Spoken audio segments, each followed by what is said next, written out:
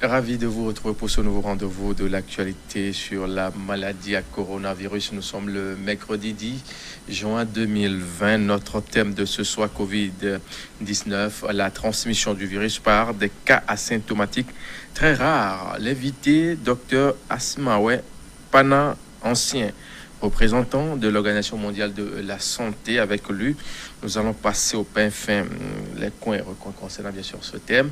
Alors, c'est une déclaration de l'Organisation mondiale de la santé que les cas asymptomatiques contaminent très rarement. En tant qu'un ancien cadre de l'OMS, comment vous trouvez d'abord cette sortie de l'OMS encore une fois? Merci beaucoup pour cette invitation encore une fois sur ce plateau et de nous donner l'occasion de clarifier certaines informations qui passent sur les réseaux sociaux et sur les médias. Il faut dire que ce n'est pas une déclaration de l'Organisation mondiale de la santé. C'est une déclaration d'un fonctionnaire de l'Organisation mondiale de la santé. Et cette déclaration a été faite le lundi passé et la personne s'est ravivée pour revenir, pour dire que effectivement les gens l'ont interprété. Les gens l'ont interprété. Et elle a expliqué. En réalité, elle n'a fait que voir 2 ou 3 études là qui ont mis ça au conditionnel. Et elle a mal parlé de ça en disant que bon, il pourrait s'agir d'une transmission rare chez les personnes asymptomatiques, ce qui n'est pas encore scientifiquement vérifié. Alors, comment on peut comprendre un peu cette sortie, si on peut se permettre de le dire ainsi, un peu tonitruante des fonctionnaires entre-temps? Vous êtes un ancien représentant cadre, bien sûr, de l'OMS. Mais on a comme impression que depuis l'avènement de cette maladie à coronavirus, on va des déclarations en déclaration et on revient encore pour rectifier les tirs. Au fur et à mesure qu'on évolue, on fait une déclaration, on revient encore pour rectifier. On se demande justement s'il n'y avait pas vraiment un problème de communication interne vis-à-vis de cette crise que nous traversons depuis près de 3 mois. Non, je pense que cela s'explique. Vous comprenez, dans la communication, vous êtes plus averti que moi. Donc, lorsque on est dans une communauté et que vous allez parler de quelque chose, il y a 2 façons. Vous avez peut-être parfois un glissement pour donner vos propres impressions, alors que vous parlez au nom d'une organisation. Donc, lorsque l'individu est face aux médias, que la personne s'exprime, elle doit donner le point de vue de l'Organisation mondiale de la santé, ce qui n'a pas été le cas de notre consoeur là qui est sorti la fois dernière, qui a mené ce petit tohu-bohu. Il faut savoir aussi que les reculs, les informations qui sortent et qui sont mises à la disposition du public sont des informations graduelles et puis évolutives. N'oubliez pas, monsieur Mathieu, que la maladie de Covid-19 est une nouvelle maladie qu'on ne maîtrise pas dans tous ses contours. Et il est important que, de temps en temps, on puisse peut-être se tromper sur quelque chose qui n'était pas avéré totalement. C'est pour ça que si vous remarquez très bien, on ne donne pas des informations, du moins qui sont rendues publiques, on donne une affirmation. Et parce que dans les recherches sur cette maladie-là, il y a des affirmations qui ne sont pas encore totalement confirmées, sur tous les plans. Au moins, ce qu'on sait, c'est ces voies de transmission, ça on les a connues. On sait aussi que dans les populations, comment elles se manifestent par rapport aux tranches d'âge, aux autres comorbidités, c'est-à-dire les maladies qui sont sous-jacentes, etc.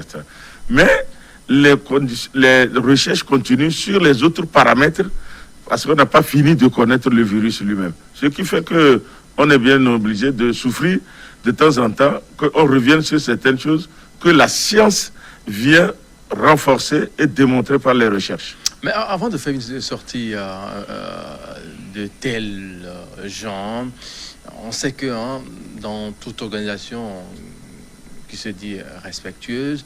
Il y a cette notion, bien sûr, de la communication de crise qu'il faut mettre en place. Il faut mettre enfin une équipe qui va vraiment s'occuper de ce volet de la chose. On sait que l'OMS n'est pas quand même une petite organisation des Nations Unies.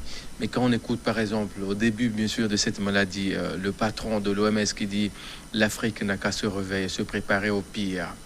Et après, on a entendu pas mal de choses. Et dans la foulée, on a encore averti sur cette affaire de la chloroquine. On revient encore et on dit, bon, en temps, les recherches ou bien l'étude n'a pas été bien ficelée, les paramètres pris en compte, il y avait tel souci. Et maintenant, on nous dit que les cas asymptomatiques, voilà, ne sont pas vraiment... On se demande si il y a un travail de fond qui se fait à ce niveau-là. Absolument. Je voudrais simplement dire que, comme je l'ai dit tantôt, celui qui va parler au nom de l'OMS est mandaté. Et logiquement, il va parler sur une base de ce qui a été préparé. Je souligne en passant que le directeur général, par exemple, par rapport à ce que vous venez de dire, sur l'annonce de la préparation des pays au pire, eh bien, le directeur général ne va jamais donner quelque chose qui vient de lui-même. Non. Il existe dans la structure de l'Organisation mondiale de la santé des experts, de gros experts, venant de tous les pays des États membres. Je rappelle que l'OMS, c'est un secrétariat. Donc, tout ce qui est fait, c'est par la voix de ces experts-là. Et qu'ils se réunissent et ils débattent scientifiquement avant de donner les conclusions que l'organisation maintenant rend publiques. Il se fait que dans le cadre de la recherche, c'est tout à fait normal, comme je l'ai dit, qu'on puisse, pour le moment, le niveau de recherche puisse donner quelques informations. Sur ces deux points, je voudrais faire ce commentaire-là. Oui. Le premier, pourquoi le directeur général donnait cette alarme-là? Je ne pense pas que le directeur général de l'Organisation mondiale de la santé ait dit qu'on aura le pire. Non, il n'a pas dit ça.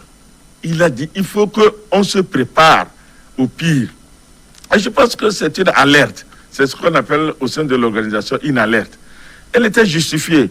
Figurez-vous, M. Mathieu, que quand la pandémie a commencé, on avait des milliers, des dizaines de milliers de cadavres dans les pays du Nord. Eh bien, ces pays-là disposent de ce que nous appelons des systèmes de santé très robustes. Les hôpitaux sont super équipés, vous avez des ressources humaines super formées, etc. Alors, vous êtes d'accord avec moi que si la maladie fait ces ravages-là dans ces pays dits nantis, avec des systèmes de santé, avec des infrastructures, avec des ressources humaines très robustes, et qu'on enregistre ce mot-là, qu'adviendra-t-il pour nous, dans les pays sous-développés, dits en voie de développement, eh bien, avec des systèmes fragiles? C'est dans ce sens qu'il fallait... On est d'accord sur toute la ligne. Est-ce que les mots ont été bien choisis? Lesquels, par exemple? En communication, chaque mot a un sens. Hein? Quand on dit on n'a qu'à se réveiller et se préparer au pire, c'est comme si on dormait. Hein? Non, je le disais... Se préparer également au pire. Oui, je le dis. Ce qui veut dire que ce qui se passe de l'autre côté, entre-temps... on aura le double, le triple, sinon... Mais oui, je disais ça, je disais un jour sur un média aussi. Écoutez, quand vous allez dans le village, ok? Vous allez dans un village, on vous dit la nuit, il ne faut pas passer par ce chemin-là, parce que vous risquez d'avoir des dangers qui vous guettent là-bas. Ou bien si vous allez, faites attention, parce que vous risquez d'avoir des dégâts par exemple, de serpents. On ne vous a pas dit de ne pas aller. On n'a pas dit de ne pas aller. On dit faites attention.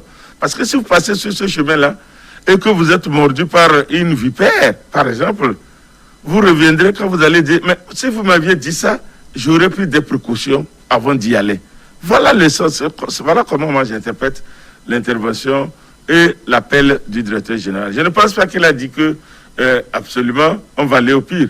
Et moi je pense, je ne suis pas en train de défendre l'Organisation mondiale de la santé, mais je veux qu'on le comprenne dans le sens où il a été dit. Je pense que il vaut mieux, en métier on dit, il vaut mieux pécher par excès que de pécher par défaut. Vous voyez?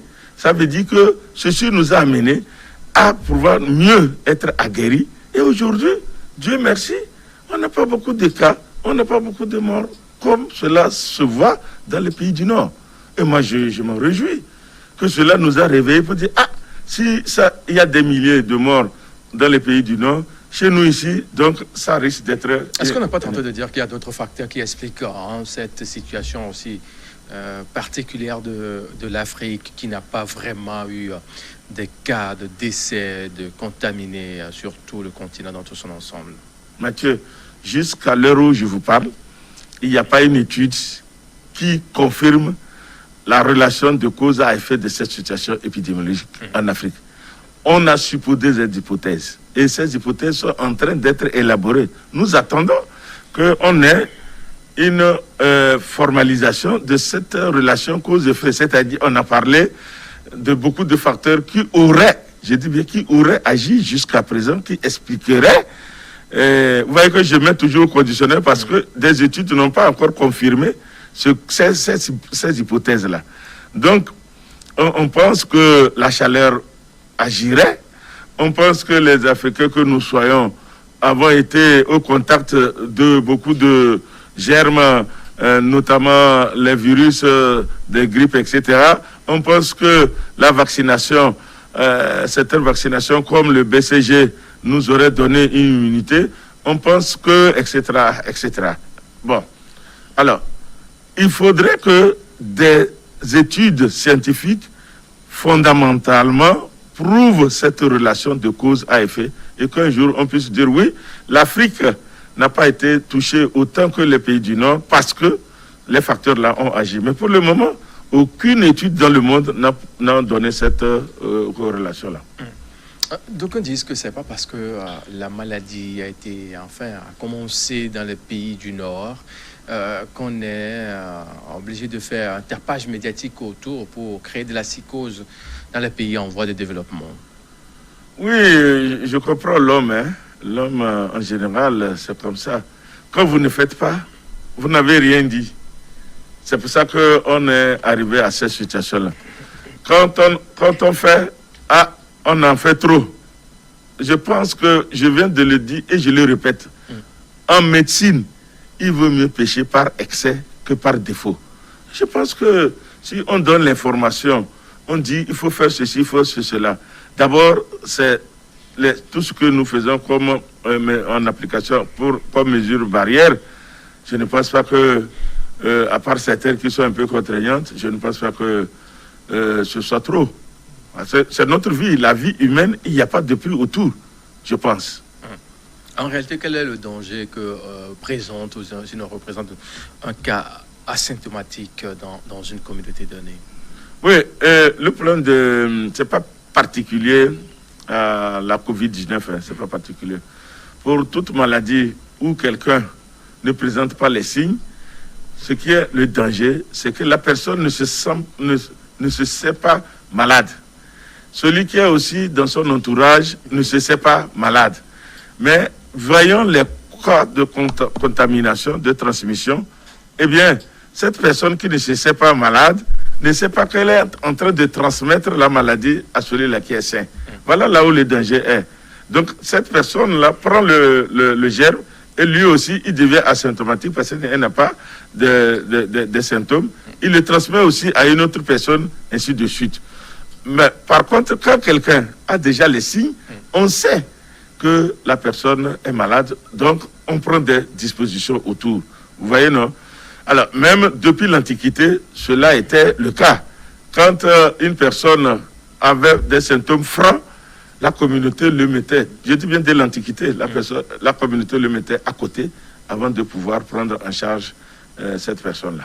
Voilà donc la dangerosité de cette maladie est de fait de sa transmission. Vous voyez? Même prenons le cas du VIH, où on ne peut pas avoir des signes clairs, etc. Mais lorsque vous ne savez pas que quelqu'un a le VIH et que vous ne mettez pas les mesures barrières, vous êtes tout de suite atteint. Ah oui, c'est le danger, ça. Parfait. Mesdames, messieurs, si vous nous choisissez que vous suivez votre émission sur la maladie à coronavirus ce soir, nous avons sur ce plateau Dr Asimawe Pana. Il est bien sûr médecin, ancien, représentant de l'Organisation mondiale de la santé. Avec lui sur ce plateau, nous passons à la loupe ce thème que vous avez bien sûr à l'écran, Covid-19, la transmission du virus par des cas asymptomatiques très rares.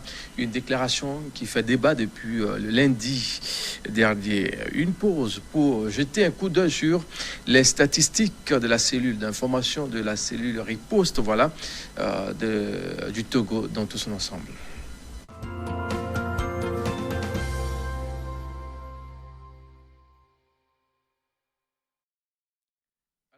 Bien sûr, du 9 juin. Nous allons essayer d'apprécier les chiffres du 9 juin 2020. Notez essentiellement que nous avons 228 cas actifs, 260 cas guéris, 13 décès avec 501 cas confirmés au total, 23 501 nombre total de tests effectués dans tout son ensemble. Alors, docteur Asimawe, voilà un peu le tableau que présente le Togo.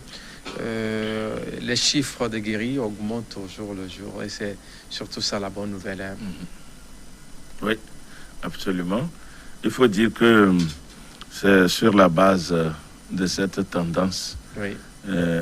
Disons, un peu satisfaisante, que le gouvernement a pris les mesures d'allègement qu'on connaît depuis hier.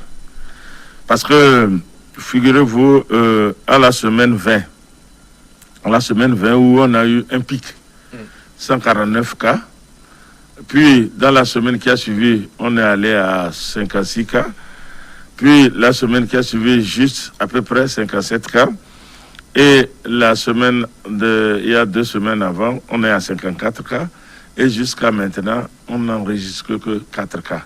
Donc vous voyez que depuis ce pic-là jusqu'à maintenant, les semaines qui ont suivi, on a enregistré quand même un nombre assez moindre que cette semaine-là. Ce qui amène à dire que si cela continue, si cette tendance-là continue, nous pouvons en ce moment dire que la situation est en train de se tasser. Mais nous ne devons pas tout de suite commencer à pouvoir crier victoire. Parce que vous avez vu que les pays qui ont été les premiers touchés en Europe, en Chine, en Asie et aux Amériques, ils sont encore, après 3-4 mois, en train d'avoir des cas qu'ils enregistrent par milliers. Donc nous devons être à quelque part très prudents et puis très agiles, très être aussi prudents et vigilants pour que on ne baisse pas les gardes en ce qui concerne les mesures barrières qu'on doit mettre. Parce que, quelque part, les gens vont penser que si on a fait un allègement sur les mesures barrières, c'est que la maladie est finie. Non, la maladie n'était pas encore finie. C'est pour ça que nous disons qu'il faudrait apprendre à vivre. Alors, au fur et à mesure, on va avoir des allègements sur certaines mesures barrières et d'autres vont rester. Donc, il faudrait que la population le comprenne, parce qu'on ne peut pas tout de suite dire le vent. Et certains pays l'ont fait, on a vu les conséquences. Notre situation, vous vous rappelez, M. Mathieu, notre situation de la semaine 20 était due justement à cette situation où on a levé le pied sur l'accélérateur à un certain niveau. Et nous en avons reçu les conséquences ici. Et depuis que les mesures aussi ont été prises d'une façon énergique chez nous ici, on est en train de maîtriser quand même la situation. Alors, il serait intéressant que nous puissions continuer dans cette voie-là. Il y a un proverbe qui dit que lorsque vous avez frappé un serpent qui n'est pas encore mort, vous n'avez pas encore coupé la tête là, ne vous réjouissez pas déjà. Est-ce qu'on peut vraiment couper la tête à cette maladie-là? Je pense. Je pense que de toute façon, elle va s'arrêter un beau jour. Regardez les épidémies passées. Le SARS et le MERS, l'épidémie qui s'est produite en Asie et puis au Moyen-Orient. Ça s'est estompé. Elle va s'estomper un jour. Mais quand, on ne sait pas encore. C'est ça le hic. Quand vous nous demandez de vivre avec la maladie, apprendre à vivre avec la maladie, on tend vers l'endémie, ça? Oui. Et quand on tend vers l'endémie, il n'y a plus vraiment raison de dire que la maladie là va passer un beau jour. Ce serait comme le paludisme ou le sida Oui, bon, ça, ce sont effectivement des termes que nous utilisons en épidémie, c'est-à-dire que quand une maladie dure dans le temps, jusqu'alors, elle a duré dans le temps. Notre espoir, c'est qu'elle puisse s'arrêter comme ses sœurs se sont arrêtées un jour en Asie et puis au Moyen-Orient. C'est notre souhait, ça, et c'est le souhait de tout le monde.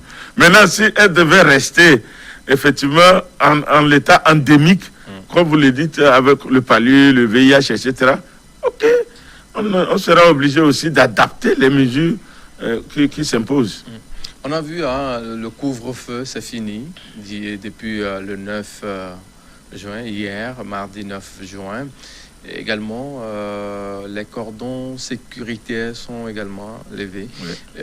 Quel commentaire vous faites particulièrement de cette levée de la mesure de couvre-feu, concernant couvre-feu, puis les cordons sanitaires?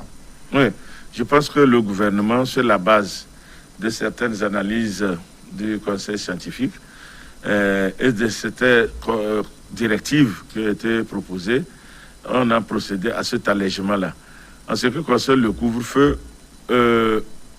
si vous lisez le communiqué du gouvernement, les mesures barrières individuelles et collectives, certaines, sont toujours maintenues, à savoir le port de masques, à savoir la limitation des attroupements, etc., etc. Ceci dénote que, comme je l'ai dit précédemment, la maladie, on a constaté que la maladie commence à pouvoir se stabiliser dans la communauté. On ne pourra pas continuer toujours avec les impacts économiques, sociaux que cela avait comme effet dans la mise stricte de cette mesure barrière à continuer. Donc, mais il faut être vigilant parce que si jamais on remarque que l'allègement des mesures barrières, notamment le couvre-feu et puis la levée des bouclages, ramène à ce que les cas augmentent parce que les gens n'ont pas mis les mesures barrières, lavage de mains, port de masque, distanciation de 1 mètre au moins, et que la maladie reprend. Moi, je suis sûr que le gouvernement sera obligé en ce moment, comme certains pays l'ont fait, de faire revenir encore ces mesures barrières-là. Donc c'est pour ça que... Ça peut revenir? Mais oui, les mesures barrières, si, monsieur Mathieu, si par exemple dans 2 semaines, on remarque qu'on a 200 cas par exemple, c'est pas mon souhait. Mais si c'est comme ça, mais on est obligé de reprendre encore d'autres mesures barrières pour pouvoir... C'est pour ça qu'il est important que nous soyons individuellement et collectivement responsables du maintien de ce statu quo, de cette tendance qui va vers la diminution des cas, pour que le gouvernement ne soit pas obligé de remettre certaines mesures barrières. Donc, ça dépend de nous. Si individuellement, nous continuons à mettre les mesures barrières en place, collectivement on le fait aussi. Il n'y a pas de raison que certaines autres mesures barrières ne soient pas allégées. Parfait. Nous allons passer à présent aux séries de questions-réponses sur notre plateforme. Et si vous nous choisissez que maintenant vous pouvez laisser vos questions, celles-là, et nous ferons le plaisir de les reposer bien sûr aux professionnels sur le plateau. Avant de commencer vraiment, il y a une question qui est là, qui dit: que faites-vous concrètement avec les produits malgaches? Bien.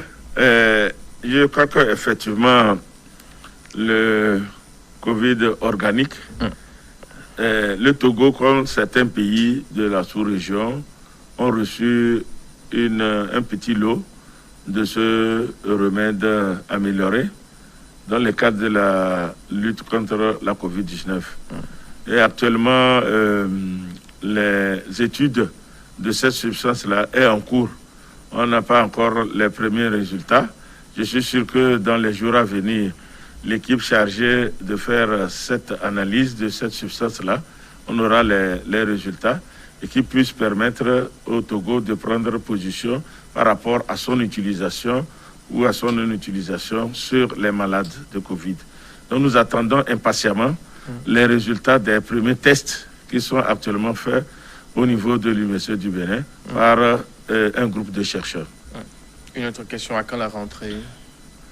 La rentrée scolaire, je crois que Mathieu, comme vous... Quelqu'un me disait qu'il aurait souhaité qu'on ouvre les écoles en gardant les mesures, barrières allégées, couvre-feu et les cordons sanitaires, là, qu'il souhaite qu'on ouvre plutôt les écoles.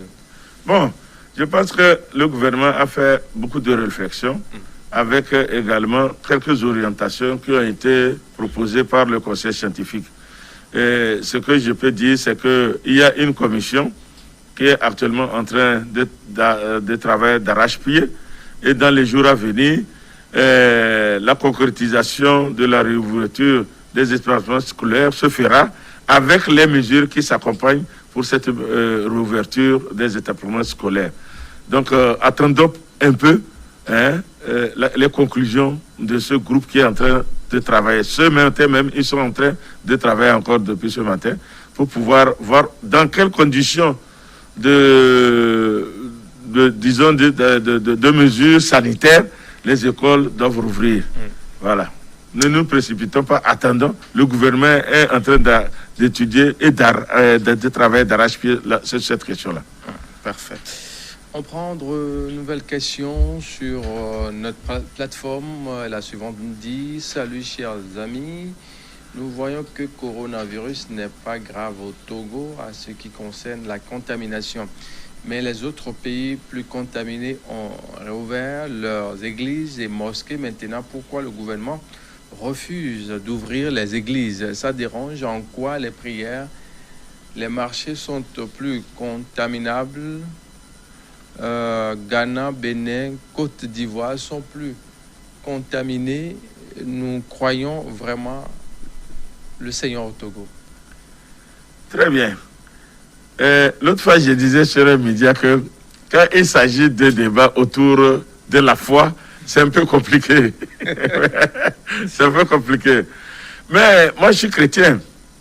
Je continue de croire que je ne suis pas tout le temps obligé d'aller dans une église pour que Dieu m'entende.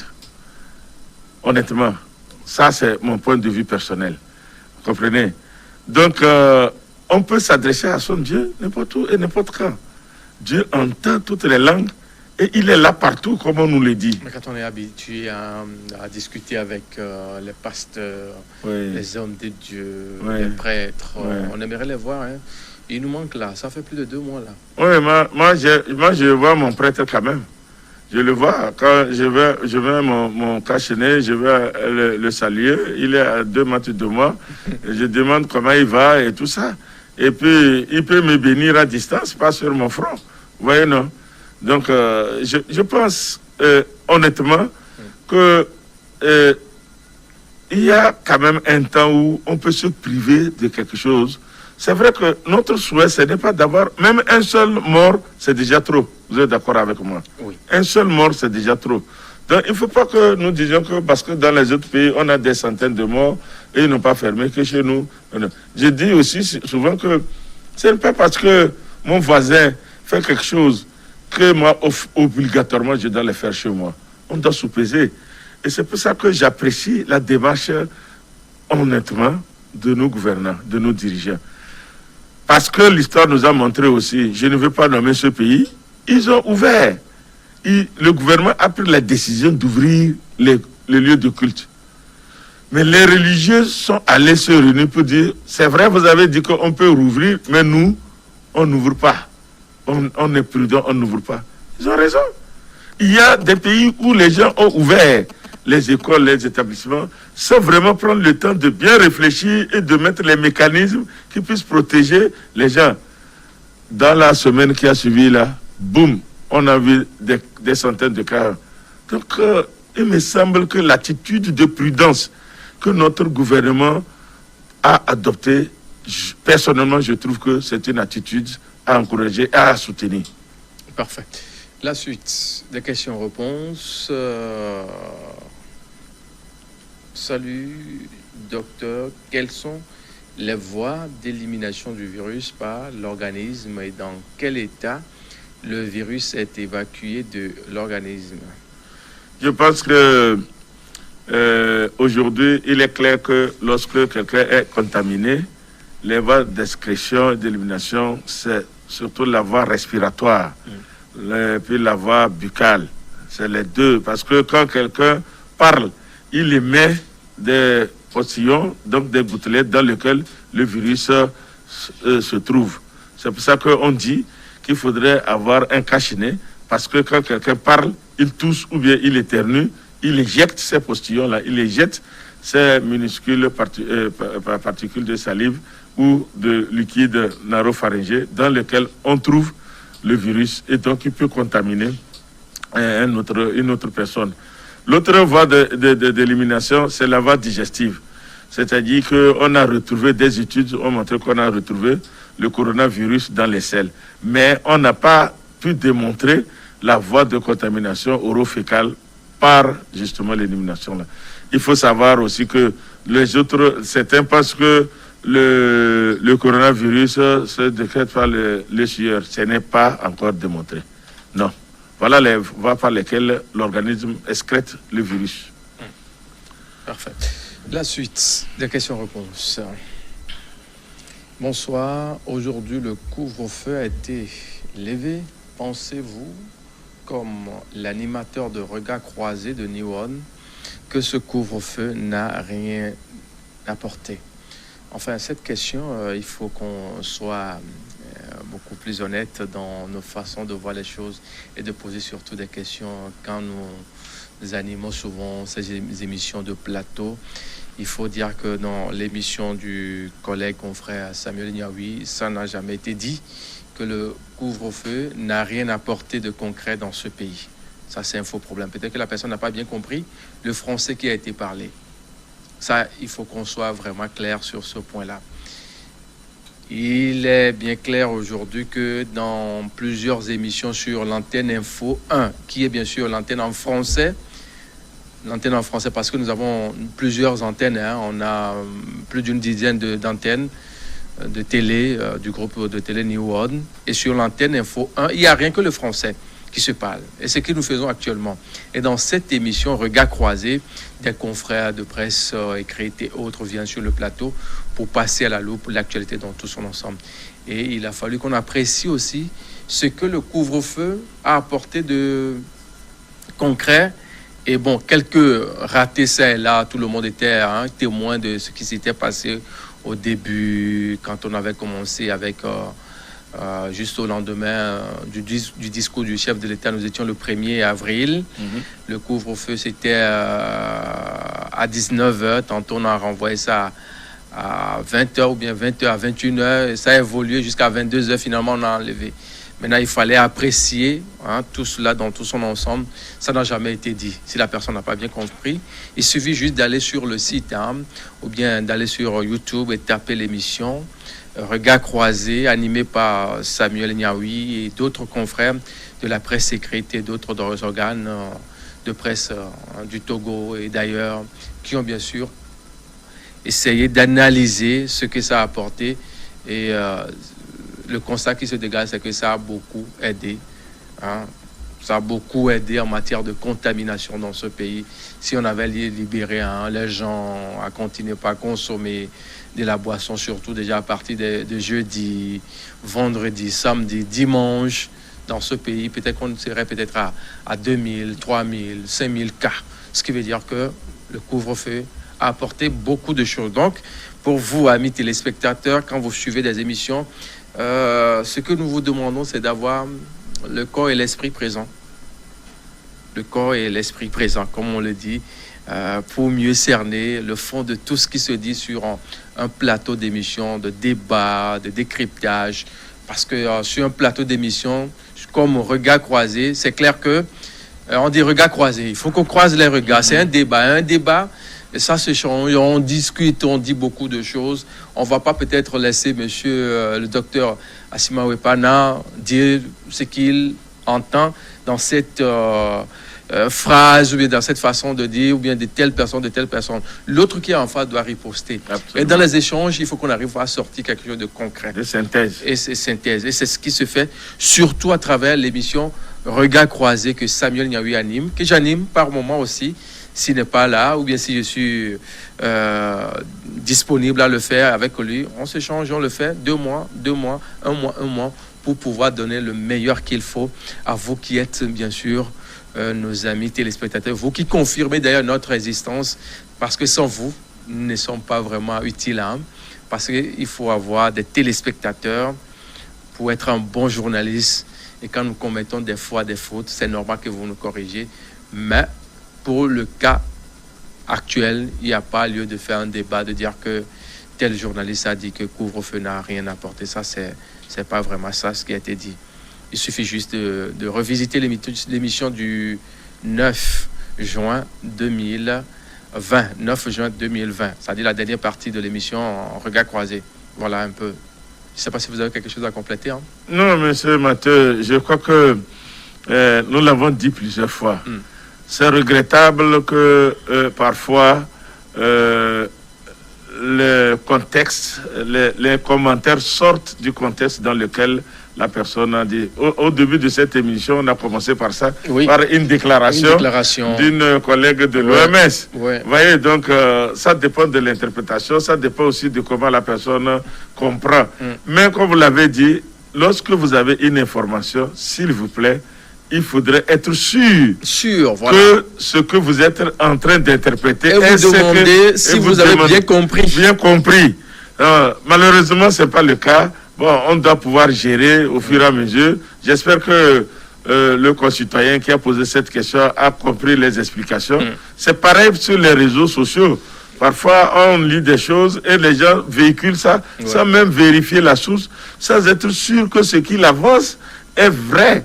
Donc, s'il vous plaît, il faudrait que la communication, c'est très important. C'est très important. Parce que quand vous terreau, hein. Voilà. Donc, quand vous déformez le sens de ce que quelqu'un a dit, vous faussez tout. Parfait. C'est l'occasion également de dire aux uns aux autres, quand vous nous voyez comme ça à l'antenne, c'est toute une équipe hein, qui est derrière. Hein. C'est peut-être Mathieu seul que vous voyez avec l'invité sur le plateau. Mais dans le studio, on a au moins 2, 3, 4 personnes. Il y a également de l'autre côté le réalisateur, le régisseur. Ceux qui travaillent sur l'émission sont une dizaine. Hein, en plus, le présentateur qui est là avec l'invité. Et c'est un travail qui se fait déjà. Par exemple, pour cette émission qui passe à 21h, la préparation, ce n'est pas une question d'une journée. Hein. Absolument. C'est des jours durant, on travaille là-dessus. On essaie de voir les questions. Qu'est-ce qu'il faut demander? Qu'est-ce qu'il faut poser comme question? Il est bien vrai que quand vous voyez le présentateur sur le plateau, des fois, il se sent un peu à l'aise. Il pose des questions. Voilà. C'est parce qu'il est là, il s'est fait... Hein, il se donne lui-même hein, du temps à fouiller, à lire beaucoup. Et à sélectionner les questions qu'il faut. C'est pourquoi nous avons également cette plateforme sur laquelle vous pouvez laisser des questions. Si ce n'est pas clair, vous essayez de nous aider à mieux vous servir surtout. Parce que sans vous, nous ne sommes rien. Merci beaucoup. On passe à la question suivante. Bonsoir le plateau. J'aimerais savoir si le port de masque sur une longue durée est sans effet sur l'organisme, d'autant plus que le CO2 rejeté dans le masque est continuellement inspiré. C'est Richard depuis Pagouda. Oui, c'est une question très pertinente. Effectivement, il est conseillé de porter le masque lorsque on se retrouve en public. Voilà. Lorsque vous êtes seul, vous pouvez ne pas porter le masque. Si je suis seul dans ma chambre, si je suis quelque part où je n'ai pas d'interlocuteur autour de moi, je ne suis pas forcé de porter le masque. On porte le masque pour qu'on ne puisse pas projeter des gouttelettes pour infecter quelqu'un ou recevoir les gouttelettes. Mais lorsque je suis seul, je n'ai pas besoin de porter le masque. Lorsque je suis aussi en public, il est conseillé, lorsque vous portez le masque, à un moment donné, de pouvoir vous mettre à distance, enlever votre casque et bien respirer et reventiler correctement les poumons. C'est ce qui est conseillé. Donc, c'est bien ce qu'il demande comme conseil, c'est ce qu'il faut faire. Et lorsque vous êtes en public et vous savez que vous avez longuement porté le masque, vous pouvez à un moment donné vous retirer à un niveau donné et enlever le masque et donner encore plus d'oxygène. C'est ce qui est conseillé. Parfait. On va prendre la dernière question de cette émission de ce jour et puis clôturer l'émission bien sûr en toute beauté. La dernière question nous dit c'est qui suit. Je veux savoir par quelle voie une personne totalement asymptomatique testée positive au Covid-19 peut contaminer les sujets contacts. Bonne émission à vous, Adobwe Yao, depuis Afagnan. Je pense qu'on l'a effleuré au début de l'émission. Je rappelle encore les voies de transmission qui sont d'abord respiratoires. Et c'est par cette mode de transmission qu'on prend certaines mesures barrières de protection. À savoir, lorsque quelqu'un tousse, il éternue, il émet des fluides qui sont dans l'air et l'autre peut respirer s'il n'est pas protégé. Donc un homme asymptomatique, une personne qui n'a pas de signes, a déjà le virus au niveau de sa gorge, au niveau de son pharynx, etc. Si la personne parle, ou bien elle éternue, ou bien elle tousse, le virus qui est déjà là-bas dans les cellules est projeté. Voilà. Donc elle n'a pas de signes, mais le virus est déjà là. Et il peut transmettre par le gouttelet cette maladie-là à une personne qui n'est pas protégée. Parfait. Merci beaucoup. Docteur Asimawe Pana, ancien représentant de l'Organisation mondiale de la santé. Oui. Peut-être un dernier mot en 30 secondes pour qu'on se quitte.